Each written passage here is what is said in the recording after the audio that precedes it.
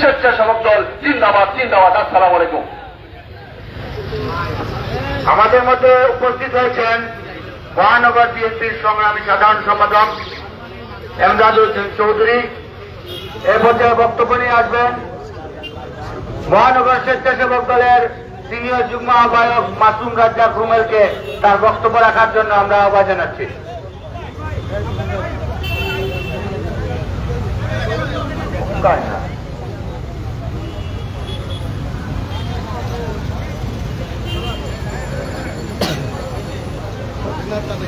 বিসমিল্লাহির রহমানির রহিম। আজ এম ইলিয়াস আলী পরিবার পক্ষ থেকে আন্তর্জাতিক শ্রম দিবসে আজকে এই মানববন্ধনে আমাদের মাঝে উপস্থিত সিলেট মহানগর বিএনপির সংগ্রামী সাধারণ সম্পাদক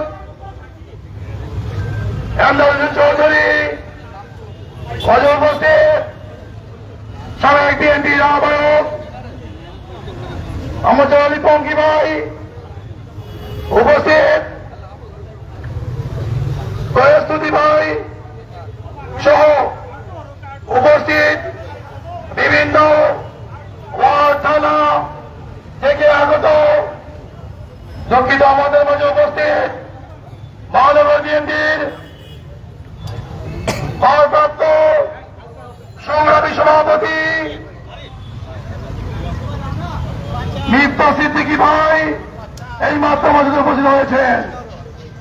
আমাদের মাঝে আরো উপস্থিত স্বেচ্ছাসেবক দল মহানগর স্বেচ্ছাসেবক দলের যুগ্ম আহ্বায়ক রুহুল আহমেদ, উপস্থিত জেলা স্বেচ্ছাসেবক দলের আহ্বায়ক আব্দুল্লাহ জামাল, উপস্থিত জেলা স্বেচ্ছাসেবক দলের সদস্য সচিব শাকিল মোর্শেদ সহ বিভিন্ন ওয়ার্ড থানা জেলা পর্যায় থেকে আগত সকল পর্যায়ের নেতৃবৃন্দকে জানাই আন্তরিক শুভেচ্ছা অভিনন্দন।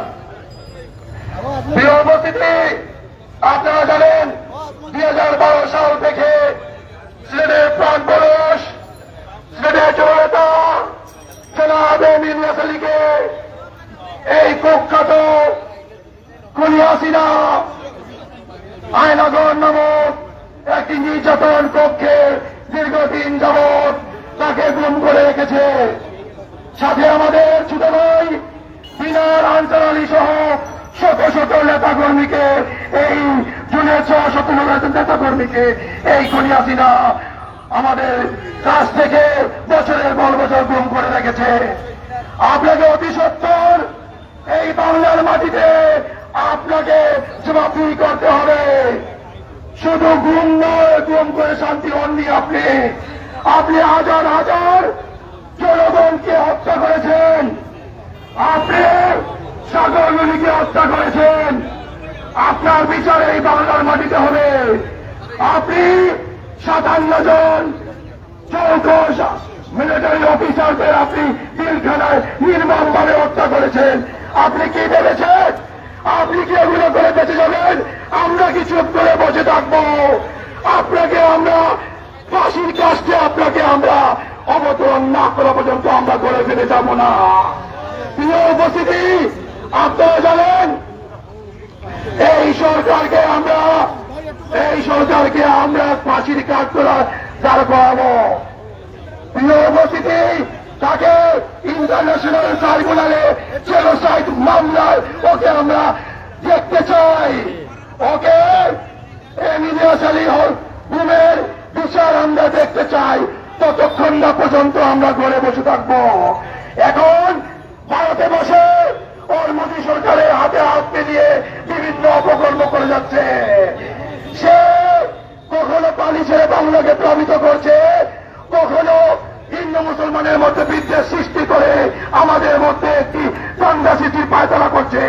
কিছুদিন পূর্বে আপনারা জানেন সে আনসার লীগকে লেলিয়ে দিয়ে দেশকে একটি অপ্রীতি অবস্থা পরিচিত করার সৃষ্টি করেছিল। আমরা তা প্রতিহত করেছি। যত ধরনের অপকর্ম করার চেষ্টা করছে ইনশাল্লাহ আমরা সম্মিলিতভাবে তার সব আমরা প্রতিহত করবো ইনশাল্লাহ। আমি বক্তব্য দীর্ঘায়িত করবো না। পরিশেষে আমার প্রান্তীয় নেতা জনাব তারেক রহমানকে নিজের দেশে বাংলার মাটিতে প্রত্যাবর্তন করে দেশ পরিচালনা করবে এই প্রত্যয় ব্যক্ত করছি। আমার প্রিয় নেত্রী বেগম খালেদা জিয়া সাবেক 3 বারের প্রধানমন্ত্রীকে দীর্ঘায়ু কামনা করছি। এই বলে আমার বক্তব্য শেষ করছি। খুদা হাফেজ। বাংলাদেশ জিন্দাবাদ, বাংলাদেশ চাষাবাদ স্বেচ্ছাসেবক দল জিন্দাবাদ, তরুণের আমরা তারেক রহমান জিন্দাবাদ, বেগম খালেদা জিয়া জিন্দাবাদ, শহীদ জিয়া অমর হোক। খুদা হাফেজ। প্রিয় নেতৃবৃন্দ, আমাদের মাঝে ইতিমধ্যে এসে উপস্থিত হয়েছেন বিএনপি জাতীয় নির্বাহী কমিটির সংগ্রামী সহ সাংগঠনিক সম্পাদক, সিলেট মহানগর বিএনপির ভারপ্রাপ্ত সভাপতি মিফতা সিদ্দিকী।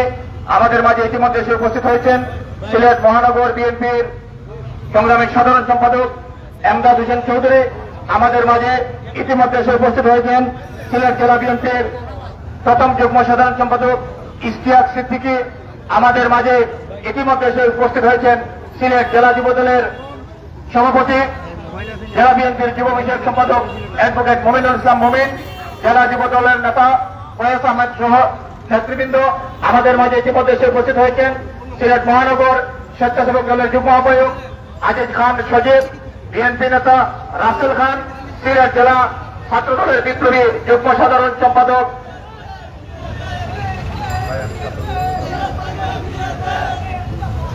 মুনিম লস্কর।